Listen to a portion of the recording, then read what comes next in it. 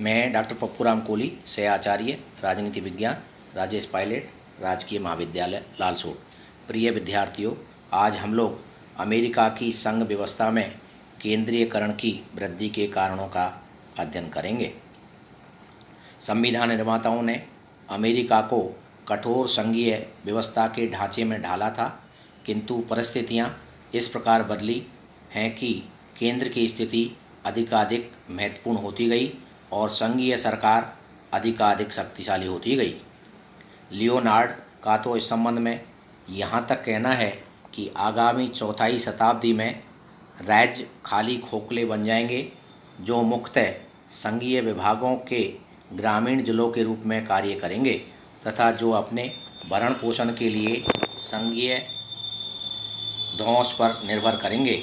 ऐसी दशा में स्वाभाविक रूप से ये प्रश्न उठता है कि इस केंद्रीयकरण के क्या कारण हैं। अमेरिका की संघ व्यवस्था में केंद्रीयकरण के प्रमुख कारण इस प्रकार हैं। नंबर 1, भौतिक, आर्थिक व सामाजिक परिवर्तन।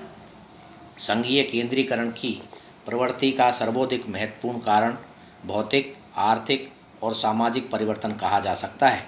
संविधान लागू किए जाने के समय से लेकर आज तक के वर्षों में अमेरिका राष्ट्र की स्थिति में महत्वपूर्ण परिवर्तन हुए हैं और इन परिवर्तनों ने केंद्र राज्य संबंधों को प्रभावित किया है।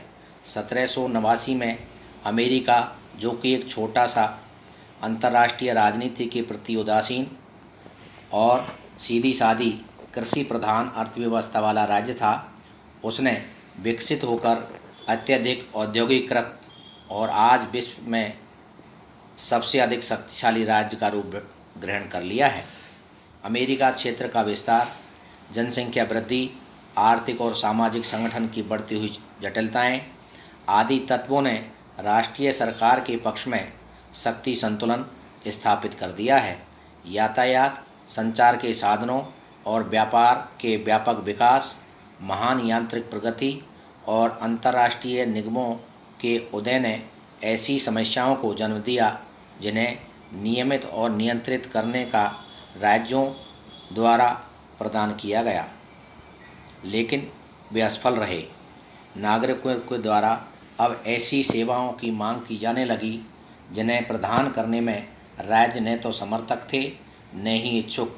राष्ट्रीय सरकार द्वारा उन कार्यों को अपने हाथ में ले लिया गया जिन्हें राज्य नहीं कर सकते थे और नहीं कर पाए। इस प्रकार सत्ता का केंद्रीकरण होता गया। नंबर 2, निहित शक्तियों का सिद्धांत। अमेरिका का संविधान संक्षिप्त है, जिसमें सभी बातें शामिल नहीं की गई हैं। सन 1790 में हैमिल्टन ने यह सुझाव दिया कि एक बैंक स्थापित किया जाए। इस बात का विरोध जेफरसन और उसके अनुयायियों ने किया। उन्होंने कहा कि कांग्रेस को संविधान द्वारा इस प्रकार की शक्ति नहीं दी गई है। हैमिल्टन और उसके समर्थकों ने कहा कि ठीक है कि इस प्रकार की कोई शक्ति स्पष्ट रूप से कांग्रेस को नहीं दी गई है, परंतु ऐसा करने की शक्ति उन शक्तियों में छिपी हुई है।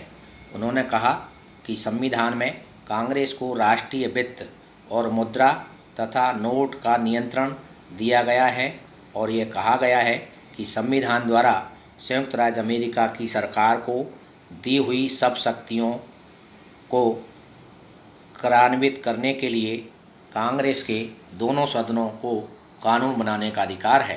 कुछ समय के पश्चात निहित शक्तियों के सिद्धांत को सर्वोच्च न्यायालय में चुनौती दी गई। मुख्य न्यायाधीश मार्शल ने निकोलस बनाम मैरी लैंड के बाद में निहित शक्तियों के सिद्धांत को मान्यता दे दी। नंबर 3, गृह युद्ध। 1861 में से 1862 तक अमेरिका में गृह युद्ध चला। उसने राष्ट्र राज्य संबंधों का निर्णय राष्ट्रीय सरकार के पक्ष में दिया। गृह युद्ध को अमेरिका के संवैधानिक इतिहास में इस दृष्टि से सर्वाधिक महत्वपूर्ण घटना कहा जा सकता है कि इसने सदैव के लिए ये बात स्पष्ट कर दी कि अमेरिका संघ की कोई इकाई अमेरिका से अलग नहीं हो सकती। इसने राज्य स्वतंत्रता और राज्य के प्रति भक्ति को निर्बल करते हुए राष्ट्रीय दृष्टिकोण का प्रतिपादन किया।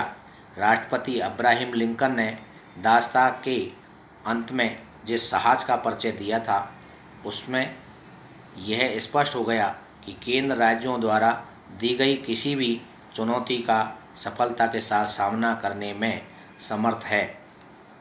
ग्रिफिथ के शब्दों में गृह युद्ध और उसके बाद के पुनर्निर्माण में राष्ट्रपति और कांग्रेस के कार्यों में बढ़ी हुई शक्तियों की परंपरा स्थापित की और बाद में इन शक्तियों को कभी नहीं छोड़ा। न्यायिक निर्णय। केंद्रवाद के विकास में सर्वोच्च न्यायालय के निर्णयों ने बहुत योगदान दिया है।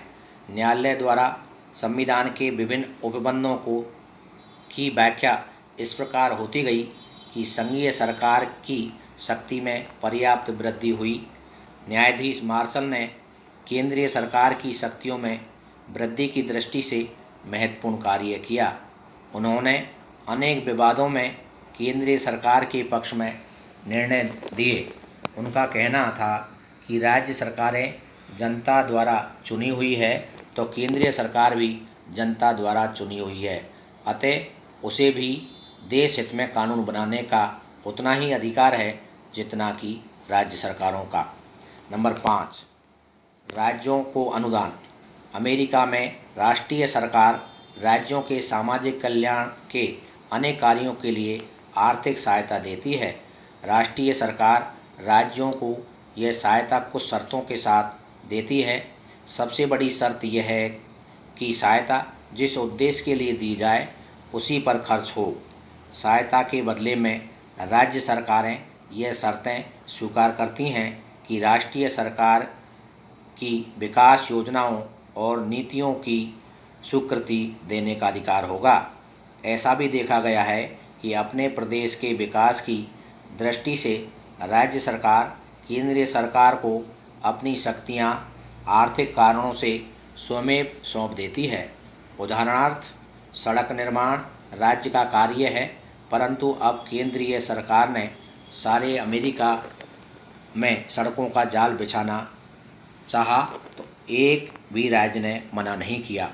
ग्रिफिथ का कहना है कि वित्तीय सहायता के आधार पर केंद्रीय सरकार की शक्तियों में वृद्धि संघवाद के लिए बहुत बड़ा खतरा है। यह संघवाद पर एक ऐसा आक्रमण है जो दिखाई नहीं देता। इसका परिणाम यह होगा कि राज्यों की स्वतंत्रता के स्थान पर हमारे पास एक खोखला आकार केवल प्रतीक के रूप में रह जाएगा। आग तथा रे के अनुसार निसंदेह कुछ शर्तों पर दिया हुआ अनुदान राज्य की कार्यपालिकाओं तथा विधानमंडलों की स्वतंत्रता को घटाता है। जिन कार्यों में राष्ट्रीय सरकार आर्थिक सहायता देती है उनमें राज्य राष्ट्रीय सरकार के एक प्रकार से छोटे प्रदेश ही हैं। नंबर 6, अंतर्राष्ट्रीय स्थिति। प्रथम महायुद्ध के पूर्व तक अमेरिका यूरोपियन राजनीति के प्रति उदासीन था, लेकिन महायुद्ध के समय से ही स्थिति परिवर्तन होने लगी और द्वितीय महायुद्ध ने अंतर्राष्ट्रीय राजनीति में अमेरिका की प्रथम श्रेणी के राष्ट्र के रूप में प्रतिष्ठित किया।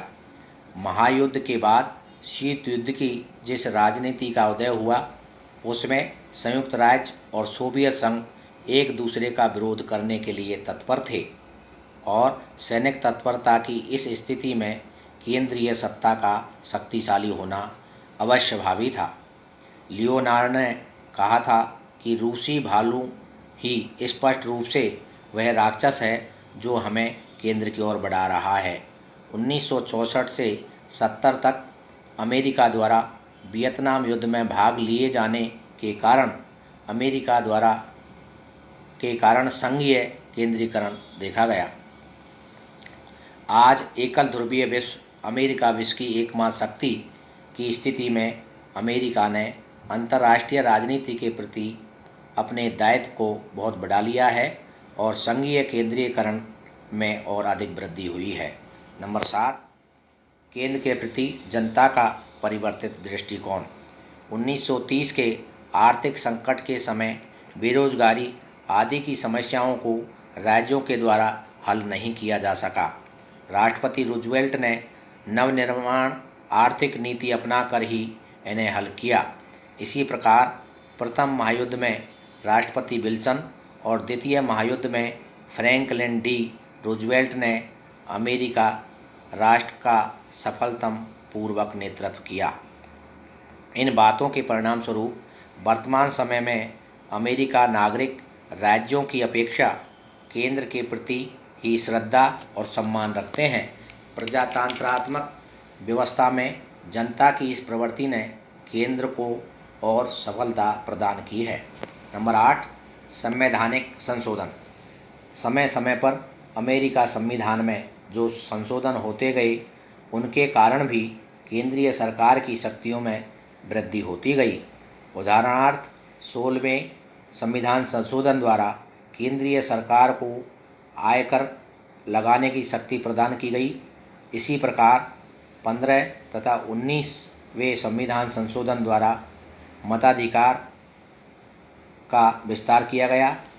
इनसे संघ सरकार की शक्ति बढ़ी। नंबर 9, वैज्ञानिक खोजें। अमेरिका और रूस दोनों ही समुद्र तल और वायुमंडल की खोजों में एक दूसरे से होड़ कर रहे हैं।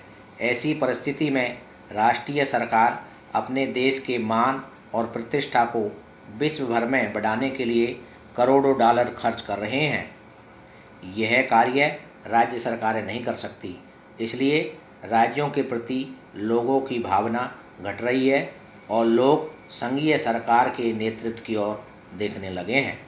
इस प्रकार संयुक्त राज्य अमेरिका के संघ में केंद्रीय सरकार की शक्तियों में निरंतर वृद्धि होती रही है और ब्रोगन ने तो इस संबंध में कहा है कि संयुक्त राज्य अमेरिका का संवैधानिक इतिहास राज्यों की महत्वपूर्ण शक्तियों के केंद्रीय सरकार को हस्तांतरण की लंबी प्रक्रिया है।